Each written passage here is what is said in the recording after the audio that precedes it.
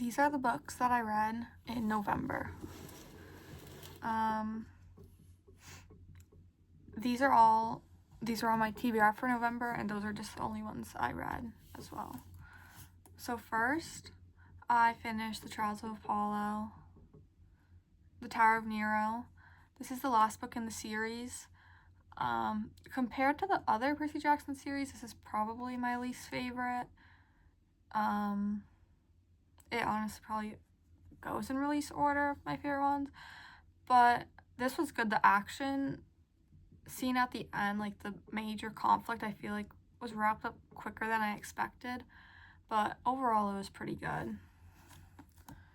And then I listened to this one on audiobook, Handprints on Hubble. It's about Catherine Sullivan. She was the first woman to walk in space, and just about the Hubble Space Telescope, about the Challenger explosion. I thought this was really interesting. I've been into space recently, and so reading about her experience in NASA, I liked it. I liked the audiobook. It was slower when I was trying to read it, but overall it was a pretty good book. Then I read I Must Betray You by Ruta Septis. I'm not sure how to say that. And this was definitely my favorite book of the month. I've loved all of her books. This is about Romania under Ceausescu. I don't know how to say his name, but tyrannical government. And they recruited a boy, Christian, to be a spy for them and report back on an American family that lives there. And it was just really good to see how he dealt with trying to play a double agent and get information to help out his family and Romania to escape and become free from this kind of government. The twist at the end about who was reporting on the family I thought was really interesting, and I was not expecting. 5-star. This was very, very good. One of my favorite books by her, and the short chapters makes it go by really quick as well. The next book I read, I think, was I'm Glad My Mom Died by Jeanette McCurdy. This was also really good. I knew it was going to be good.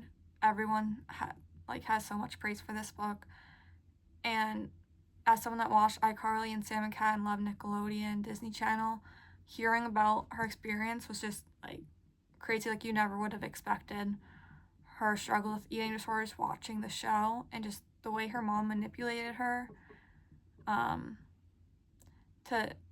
try to get her to accomplish.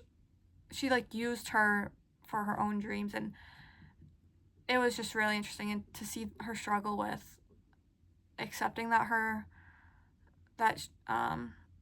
she was emotionally abused and physically abused by her mother, but also loving her mother, and with emphasizing with her about what she went through with her cancer. It was just a really good book. Very what did I say? It it's lots. It was definitely lots of trigger warning, I guess, content in it. At times I found it hard to read. Just it was just crazy that this is her life story. But really good. Then I read Glorious Rivals. This is the second book in the Grandest Game series by Jennifer Lynn Barnes, which is after the Inheritance Game series. I really liked Inheritance Games, and then Grandest Game was okay, but I really like most of her books. The Naturals is one of my favorite series. I like how there's a mystery element to all her books, and young adult mystery, I'd say. But this one, it was harder to get through. I didn't like Rowan, I found him extremely annoying, and I did not enjoy reading his chapters. I liked Gigi's storyline, and I don't know, it was definitely not my favorite. I think having multiple POVs definitely helped. I wonder why Brady doesn't have a POV. I wonder if that will be explained in the other book. I know he has a sponsor. It's just, this book was okay. I mean, I think there's one more book in the series, and the way it ended, I'm interested to see what happens next. But yeah, this was definitely probably like my least favorite book by her that I've read. I also read Little White Lies and Deadly Little Scandals last month and really enjoyed that. But this one, I think just it's time to wrap up the Inheritance Game series, I'll say. And then the last book that I read in November, which I actually just finished yesterday on December 1st, is Confessions of a Grammar Queen by Eliza Knight. This is about a character named Bernadette Smith, who is a feminist and wants to be the first CEO of a publishing company, set in the 1960s.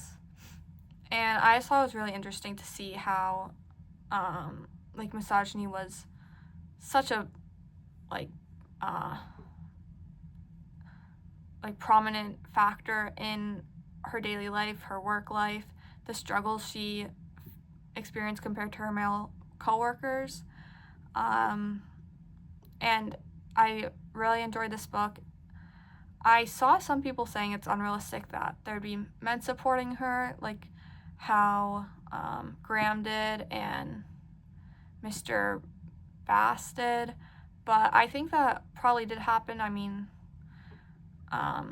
there were some supporters, and I really liked the secret book club in the library. That was really interesting. I just think there was a good message in this book, and overall I really enjoyed it, and I'd definitely read another book by her as well. Okay, those are the 6 books I read in November. Pretty good, and I'm excited to see what I'm going to read in December.